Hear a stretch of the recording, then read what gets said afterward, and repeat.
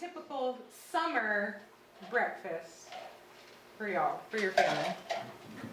Typical summer breakfast. Well, they're all about the same. But I think we had always had hot biscuits and gravy. We called it cream gravy. And probably a typical summer would be canned sausage with that. Eggs, coffee, milk, and I think that pretty well covered breakfast because you ate it about 4 or 5 o'clock in the morning, and that had to last you a long time until 12 in the day. Yeah. Anybody else? Clear? Well, I can add to that. We had buckwheat pancakes and our molasses at different times, along with the sausage and the biscuits and gravy. Did you have canned sausage then? Canned in the sausage. summertime? Mm-hmm. We canned everything. So what about a winter breakfast? A winter breakfast? Uh-huh. Same. Well, Same. a winter breakfast, you'd either have ham or sausage, and mostly ham because we always killed 2 big hogs and cured the ham so you had fresh meat during the wintertime. So you'd have added to that gravy would be red-eye gravy along with the biscuits and the other type of gravy. And we also had, and I forgot about the pancakes and molasses instead of syrup. So what happened if you wanted fresh sausage in the summer? You didn't get it. Had tomatoes in the summer. That's right. Oh, tomatoes Tomatoes. in the summer? Could I ask? Yeah, do it. Did you eat jelly? Did you have jelly? Yes, we had Yes. jelly and preserves. Tell what kind of jelly you had? Strawberry? Blackberry? We had blackberries. Great. But that jelly was not store-bought. And grape. That's homemade. The good jelly. Not huckleberry jelly. Well, I didn't know. We had apple butter.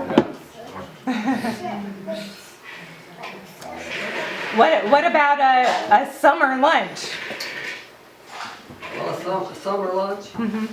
Well, you had green beans, fresh beans, and you had fresh vegetables during the summer, so if it was early enough in the summer, you'd have green beans, peas, potatoes, mashed potatoes, and what mashed potatoes is left over, you'd have for supper as potato cakes.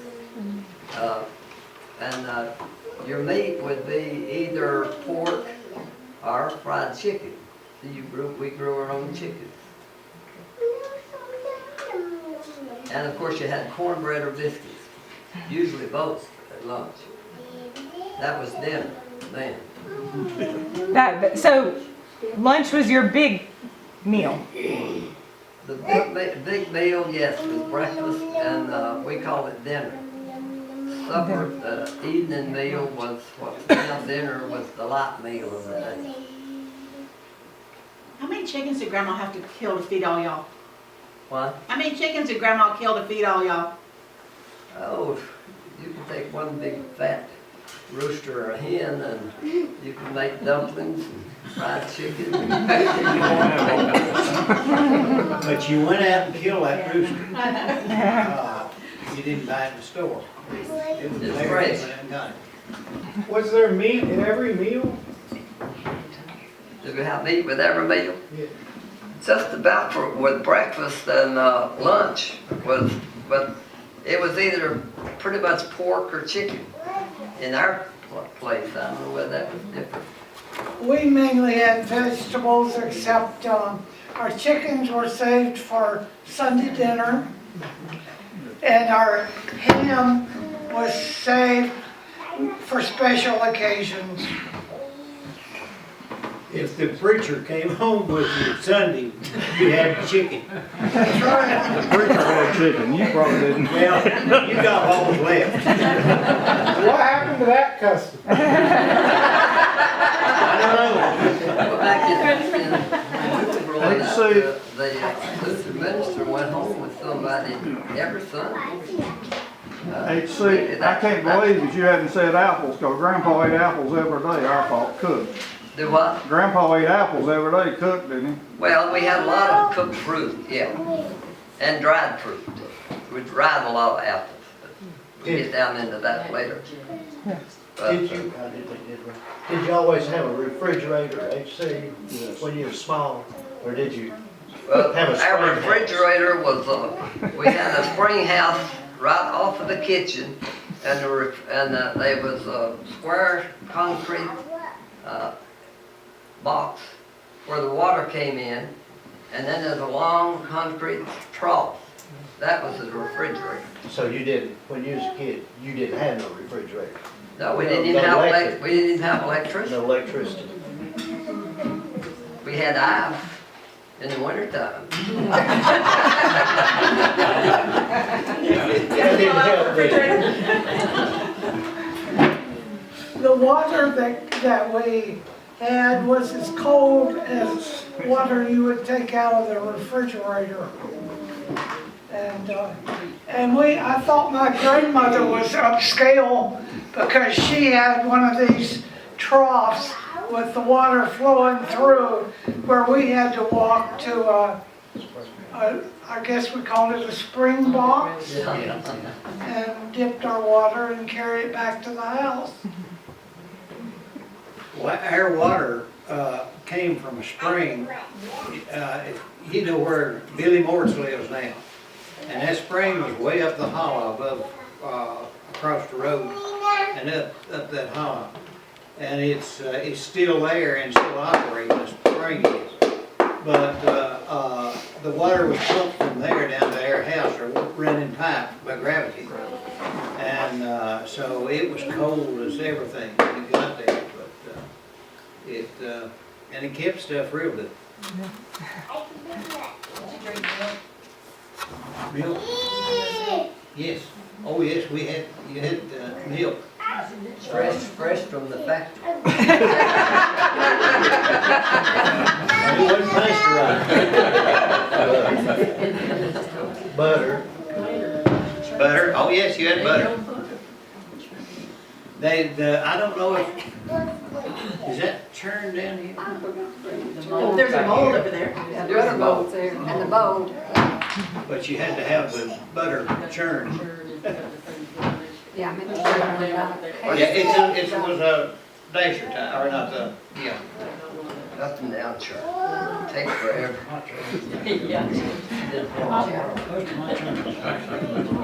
And a child growing up, it was pure punishment when they had to sit there and do that, you know, they didn't want to be outside running around. We used to sneak pour a little hot water in that churn, and that butter would come together quicker than mom didn't catch it. Did you ever see a glass churn? Oh, The yeah. glass that had the handle on it?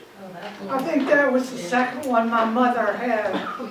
The first one was a wooden that you, Yeah, yeah. that was the next generation. Well, you got real modern, when the electricity first came through, one of the first things they bought at home there was, this radio and a churn. And so that churn, and I don't know where it is now, but that churn came in real handy. HC ate a lot of butter. But That was an electric churn. That was a big improvement. We were moving up. oh yeah, living high. Well, in our generation, what we had to churn with was a gallon jug, and cream in that, and sit there and do that, you know. Pass it around. I believe technology went backwards there for a while. What was that, Annette? Technology went backwards for a while and had to use the jar. We had a gallon jug, but you had to turn that paddle. A paddle? Yeah. Well, I'm curious, what food did you have to buy? So, I mean, you probably grew or produced most of your food, but what food did you have to purchase? You bought salt and,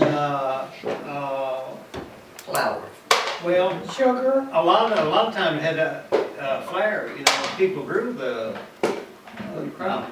Our dad had a thrashing machine, and they took, they'd go around all through the countryside, you know, when it got time for the grain to be thrashed, and they'd go through pulling that old thrashing machine. Yeah. I think you got a tenth of what you thrashed. And so we had plenty of wheat, you know, to make flour out of. And as well as I remember, there was Mr. Willie Weinberger finally started thrashing after our dad sold a thrashing machine to him. Why, he had meals. Our spare time was spent in one of these things. And we took the grain that we had up to Mr. Willie to grind, and he would grind flour. And that was a big improvement, you know, you got it closer home. And there used to be a place over in West Jefferson that they took grain to and got it ground. Did y'all have a horse, John? A horse, Yeah. oh, always, yeah. Well, so you had to grow a lot of corn to feed that horse. Oh, yes, yes. Well, on the flour, we grew buckwheat, a lot of buckwheat. And Willie Weinberger would grind buckwheat flour. Yeah. For pancakes. And we would peddle that out, that buckwheat flour. He'd package it in 5, 10, and I think 25-pound bags. And then we'd swap that buckwheat flour in hickory for white, just red flour. And you'd get enough flour to last you through the winter. I don't know whether it got bugs in it or not. If it did, we didn't see it. You got your protein. That's got fortified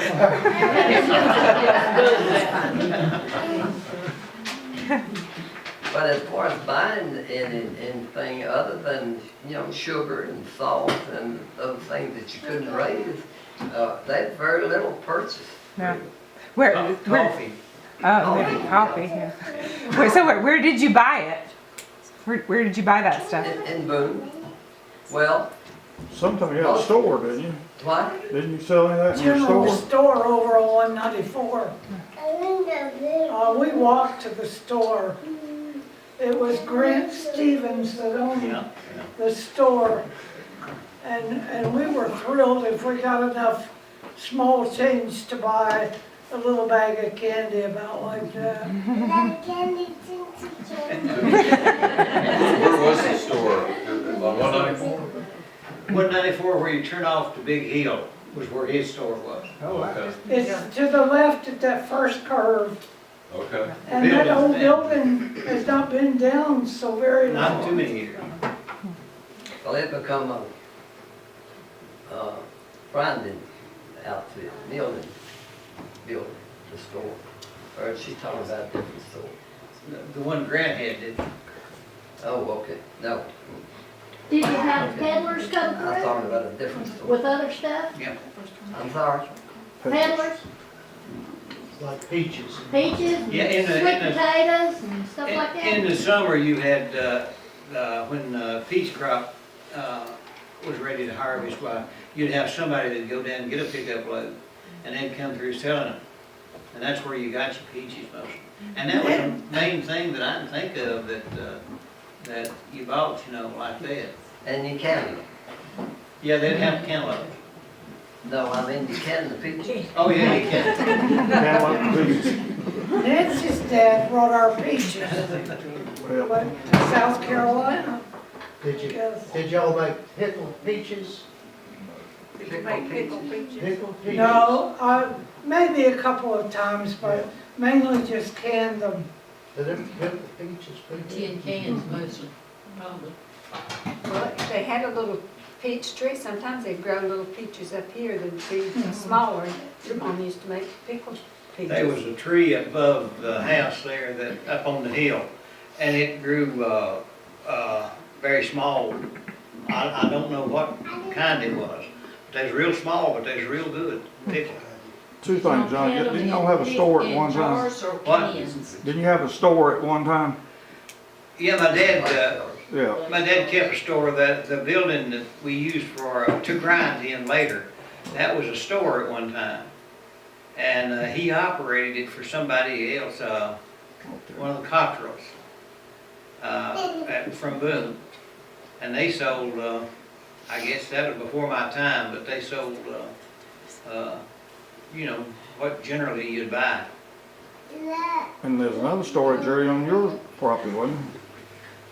Yes. I don't know what year, do you know, have any idea? No, I don't really know. I think it was pretty early. Well, my grandfather ran it some, but very little. So I there- think that store specialized in white line. That's the first I've heard of that. Which grandfather? It wasn't, it was the home before that. But there were, and I can still remember, there were barrels under the floor, and that's what they said it was used for. Did you find any left in it?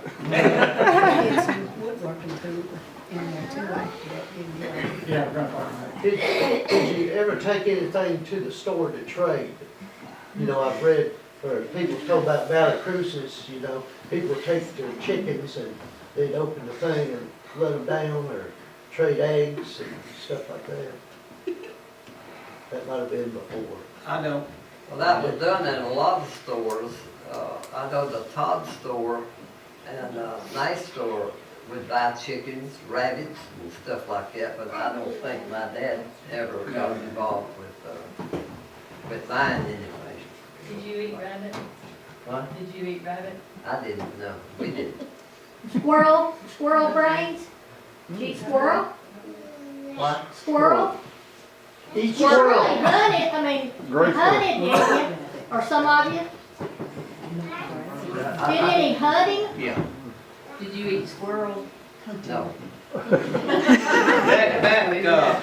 Back, I don't remember when it was, but I wasn't too large. He was an old man then. But they got, the rabbits and squirrels got some kind of a disease. And after that, I just didn't like the thoughts of eating them. Well, we were not a hunting family, really. We didn't go out and hunt for squirrels and rabbits. so if you And I don't remember my mom ever, well, she did a squirrel a time or two. Yeah, I she think. did.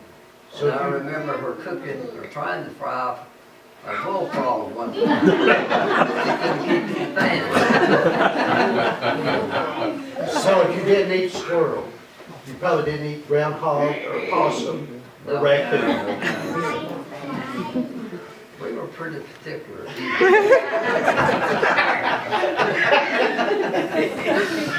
Chickens. We was hungry, but not that. So what happened when something ran out? A particular food ran out? What'd y'all do? She did with that. What about the salt or sugar that you bought? If you ran out, did you have to wait some months before you got some more, or did you? Well, you went to the You store, they kept it. Okay, you were able to get those staples. So yeah, talk about preserving food. You didn't get the supper there. Supper was Oh, yeah. leftovers, cornbread, and milk and butter. So yes, supper was just the pickups, right? What was left over? When you canned, did you can with jars or tin cans? We can with jars. Jars. Gallon jar. Gallon. Took a gallon. 2 gallons. Yeah, like It would the, be a big old canner. Clara, can you talk about canning and preserving what and how many hours do you think you put into that in the summertime? as soon as things matured, we picked the beans, anything that was ready, we were there to gather it and prepare it and can it. And we would cannel it along. And my mother delighted in taking any company she had to the cellar, the root cellar, to show them all her canned goods. And I don't remember us running out of the canned goods. We had enough to last a year. Yeah. They might get a little slim, but, and then too, I remember her first pressure cooker. A demonstration agent brought it out and taught her how to use it. And she used a pressure cooker from then on. And I remember people up on Burkett Road, and I think it was the same way all over the community. They would gather to the one that had the big job to do and would help get it together. And I remember my mother and I helping Carrie's mother do her beans, and she didn't have the pressure cooker, but they did what they called the hot water method, where they would boil for 3 hours, and that preserved the canning. I think it was a little less for fruits. And when anything was ready to gather, the community got together and got it. And they, I don't remember how long it was before we got the Goodnight Brothers, the produce place in Boone. They would come out and get the cabbage or whatever we had to add to their produce. And then before that, I think my dad did some truck farming, where he would leave wee hours of the morning and go down below the mountain and be ready for any sales he might make. And like I said a while ago, swap for sweet potatoes and peanuts. I always love to see them come back with some peanuts. Well, the preserving, too, you did a lot of dried a lot of apples and cured the hounds when you kill the hog, so that you could have really hounds year round. So that was the main, when one of the new technologies come out was that pressure cooking, because that was a lifesaver in the kitchen, because you can so much quicker with it. Yeah, so that's a good transition to the next question, which is what was the newest technology? So there was a pressure canner. What else was the new technology in getting food to the table? I'd say the pressure cooker. Or he said the electric churn. Oh yeah. Mm-hmm. Did you all, any of you, your families dry green beans? We did it, we did. We did, but My grandmother did, my mother's mother did, because I've heard her tell about it. It's pretty black though, when you cook them out, it seemed like the water was pretty black, and of course you pour it out. Of course, if you was hungry, I guess it's good. And they also kept the seeds out of their vegetables. And my mother dried her seeds up in the old part of the house, and they were ready for planting the next season. And they did the corn as well, saved enough potatoes for the seed. Was there anything else? So did you ever buy seeds? I don't think my dad ever bought seeds. And to preserve too, we'd bury potatoes and cabbage. Now, sometimes the seed, they would, swap with somebody else to get a different variety, you know. But generally, no, you didn't go to the store and buy it. You had it. Same. Yeah, did the work the same. I do have a question about preserving food. Was there a breakdown in gender? I mean, did the women particularly do the canning, or was everybody involved, or was that, how did that work? I assume, and I don't know whether this assumption's correct, but that was typically for the women folk to do, but I don't know. Is that the case? Or? Maybe after they got in from helping mow everything.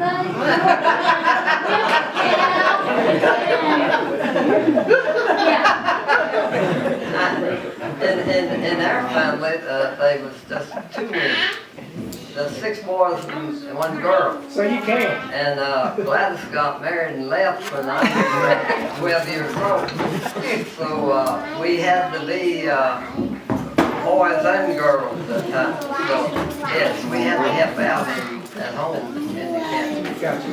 When you were like putting up corn, like doing that, did your neighbors come and help you, or did you help your neighbors when you were working? Well, Oh yeah, when we were working, that was a common thing. If a neighbor got sick, or their barn caught fire and burned down, you got together and built it back. You hoed their corn, and we'd gripe a little bit sometimes at that, because my dad would send us all over the community if somebody needed help. And if they had paid us a quarter for helping, then he wouldn't have known it when we got home. We'd have probably got paddled. Because that's something that you helped your neighbors out. And somewhere along the line that got lost. And when you helped your neighbor, did they feed you good? They did. They did. And go back to, he mentioned the threshing machine. Now you talk about some good meals. When you went through the community threshing, they really put a good meal. You knew where to hit that meal. So what food did you lack growing up that you wanted? Was there anything? Or did you know about it? Well, it tickled us to death to get a banana. Yeah, I'll go along with that. I still love bananas today. Banana, and at Christmas you got candy, that stick candy, and oranges. Big bag of oranges. How about ice cream? But you was lucky if you got a banana. What was that? Yeah. John, do you remember ice cream? Ice cream we got after the refrigerator come out. After you got a refrigerator. And the first ones you had that tray like you keep your ice in. And they had mixes, and you could get and mix it up and put in that tray to freeze it. And it was ice cream. If you hadn't had much to eat, it tasted real good. Wouldn't taste so good today, I'm sure. What did you have for dessert? For dessert, you'd have pie, cake and pie, homemade cake and pie. And I don't sell it, but I'm gonna put in a good word here for it. Everybody knows what knee deep is, don't they? It's you use dried fruit for the fruit to cover it. And I've told all my grandsons that before they marry, ask that girl if she can make knee deep. And if she can't, why, ask her if she's willing to learn, and if she's not, let her alone. I hope they listen. HC, there was cherries. You had a lot of cherries and blackberries for fruit, didn't you? And I think your mother, when her and your father got married, she couldn't think of anything to fix for their first meal. She found out there was a jar of blackberries one and cooked those. Well, I was going to say blackberries. As soon as wild blackberries, and those flowers chip, we had to get out and pick blackberries. And you can blackberries, half a gallon cans of them, and cherries. And then during the winter, at least, you'd have a lot of blackberry and cherry cobblers that were good that you had as meals through the winter time. And wild strawberries. The little bitty things took a lot of them to make a pie, but They were good. search long enough you can find them. Blackberry jelly was good too. Oh, yeah. One of the hazards, though, to me, of picking blackberries, I got chiggers on. Yes, yes. That's right. What frustrated you about your food situation growing up? I don't remember ever getting frustrated. Oh, with all that work you had to do for every day to get food on the table and seasonally and all the It preserving. made it taste good, though, when you got it. You didn't know no better, did You you? didn't know any better, no. The only thing that frustrated you, mealtime didn't come quick enough. Oh, yeah. Out in the field working. Some of the technologies that relieved a little bit. See, we didn't get electricity in this area until I think it's 1936. And the electric churn, and some of the electric, utensil cooking stuff that you got then, and in your refrigerator, saved a lot. Saved a lot of work, really. Yeah. That churn especially. So they went up and down. The electric iron, I don't know if, I used to have one of these irons. We have some, yeah. Yeah, that would heat on the stove, and you'd have to have two to keep the other one heating while you ironed with the other one. We use them as door stops. They're really heavy. So we want to just kind of open it up now to everybody, just thinking about some of those questions. And we're not going to go through it question by question, but just in general, because like I said, some of y'all grew up with some of those same kind of things, but maybe y'all had some of the more modern technologies mixed in, but you still had some of the old ways. So just want to open it up to other folks to talk about your food situation at home. When I was a kid, my grandparents, one set up, lived at Big Gap. They took us kids out on the parkway, going north, not too far, huckleberries. A lot of huckleberries out there. I don't know if there's any huckleberries here or not. Picked a lot of huckleberries. And then I would always go to a big bush, and they called it bilberries. And they were a lot bigger. It's kind of like blueberries now. We picked all of those kinds over in the mountain across from us. We picked a lot of huckleberries. We picked chickapins. Yeah. We had chickapins. We were gonna chickapin. It was cold. Oh, it would always be a cold Sunday afternoon. We would get I got a chickapin. Whatever happened to the chickpea? People didn't take care of them. Cut them out, clear your fence rows. Yeah, I've got chickpeas, chickpeas, fill the pockets full of them. We've got a bush or two. Did you eat fish? Johnny's got them. Everybody needs a chickpea. They're not producing very good. They're not producing too We good. might each get a chicken. Did you guys, did you eat fish at all? Did you catch fish in the New River or anything? And have that, Sometimes the men, I know, my dad, Seafood wasn't a job. they would gather and go swimming in the river and catch fish, or they'd catch frogs, and you'd have frog legs sometimes. okay.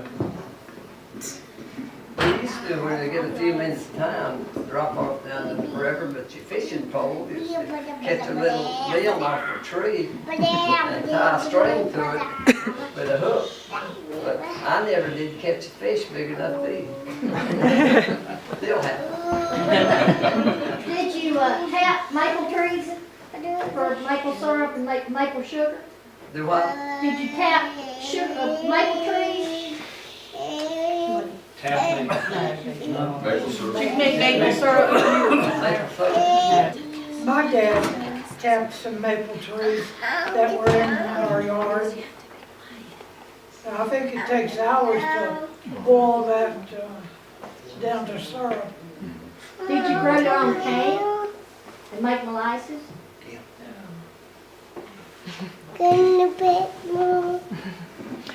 Other folks, Jane and Nancy? We were on the other end of the peach part.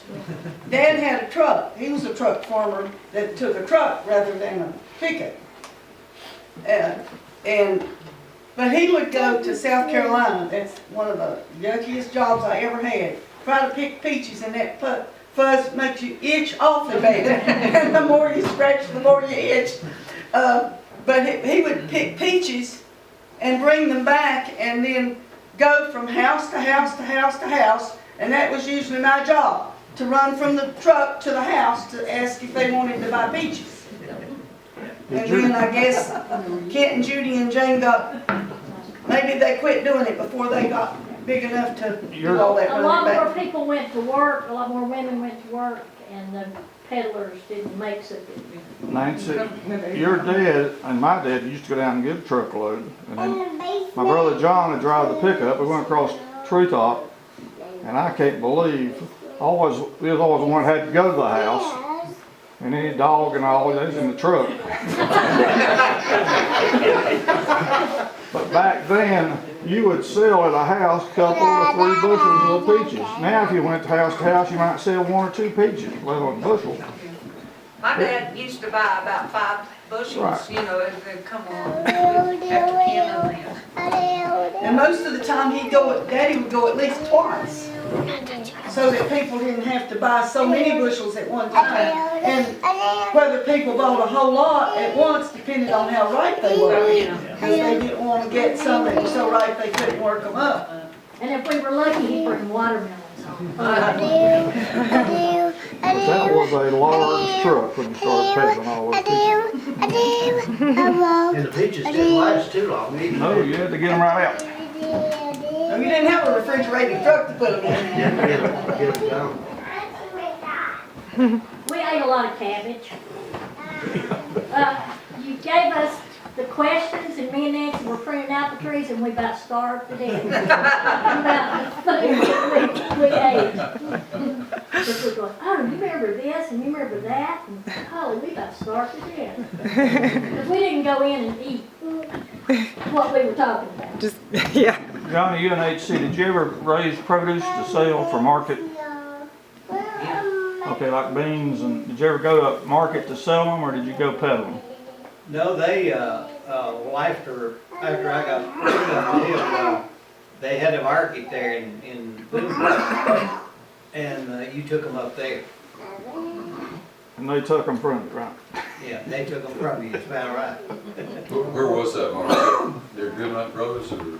Well, they bought before some, and then they had, up there where Smithy's used to be, Yeah. back behind, or down below that building, they had an area there that they sold produce and stuff, and you can take it there. Before they opened the market in Boone,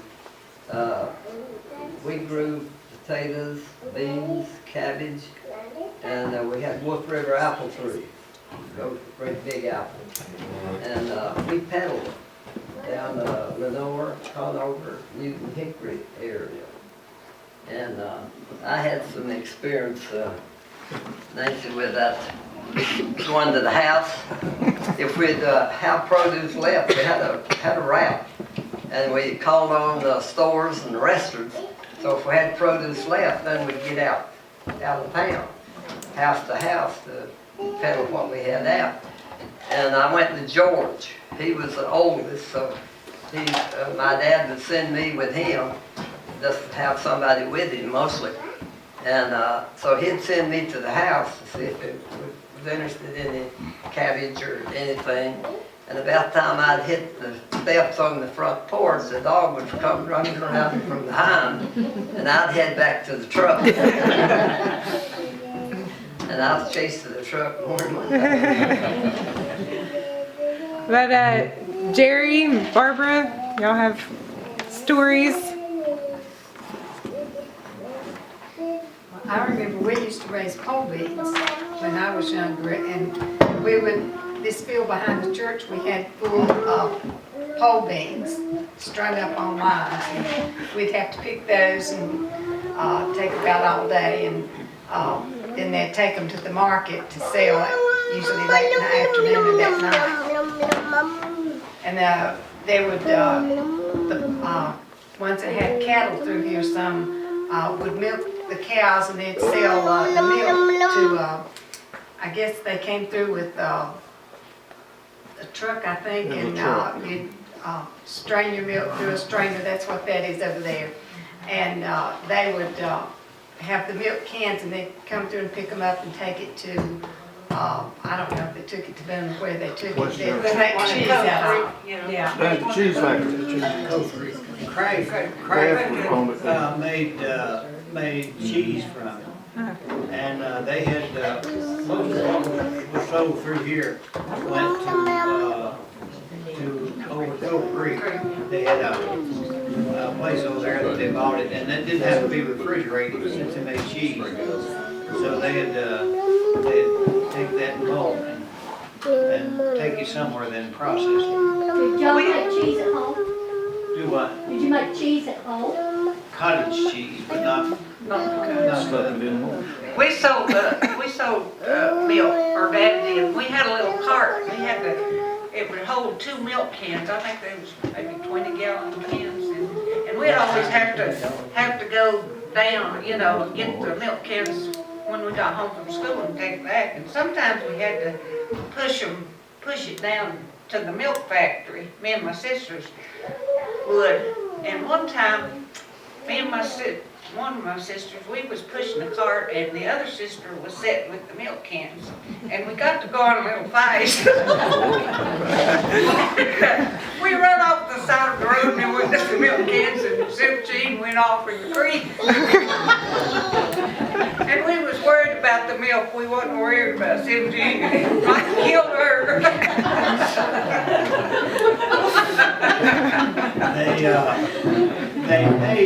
They tested the butter fat, I believe it was, they called it, in the milk, and that determined how much you were paid. And I know when World War II, well, as after it started, George was in Detroit. And so he came back home. They called him, you know, for a service. And then they turned him down after they examined him. But anyway, he stayed down here. And so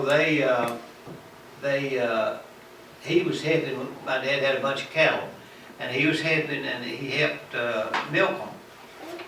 So they decided they'd sell the milk, and so they decided they divided, you know, equally.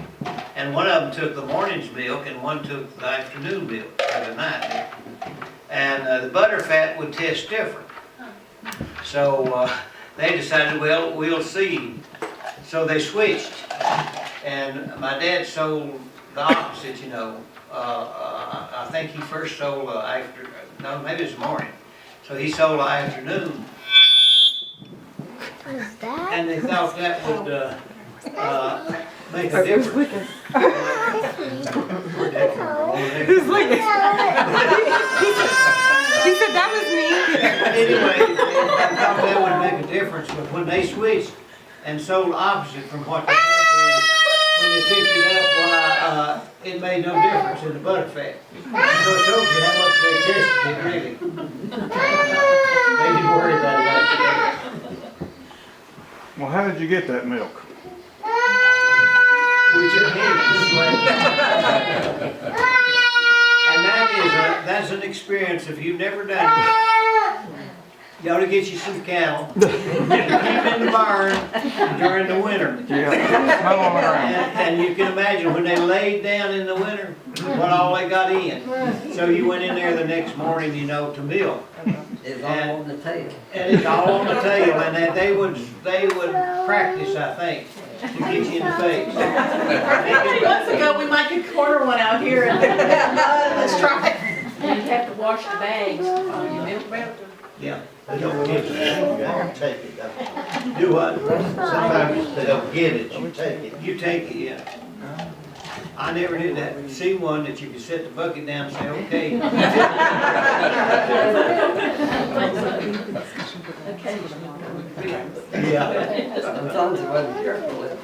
in the bucket. Did you ever feed any corn stalks in the barn, in the stalls? Feed corn? Corn stalks, you know, sometimes they save the fodder. Yeah. And feed it. Oh, yeah. Then how do you get the manure out? With a lot of grunting and screaming. It's bad, isn't it? In the wintertime, when it was Those cold. stalks don't rot. It's hard to get it up, isn't it? Yeah, those stalks, they're strong. They're well preserved. So, I want to wrap up our session of hearing from memory, although we'll still be talking about that some as we go forward. And I want us now to switch to kind of today's context and answer some of the same questions that you folks answered. You know, what was a typical summer breakfast, lunch, or supper, and the same thing in the winter?